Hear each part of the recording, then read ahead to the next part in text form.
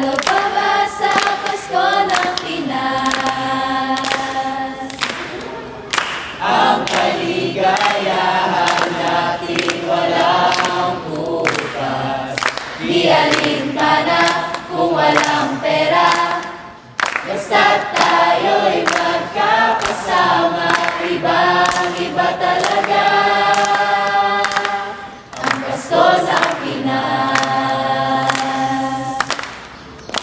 Rejoicing in God's love this season, from the Senior High School Department, Happy Holidays, Franciscans!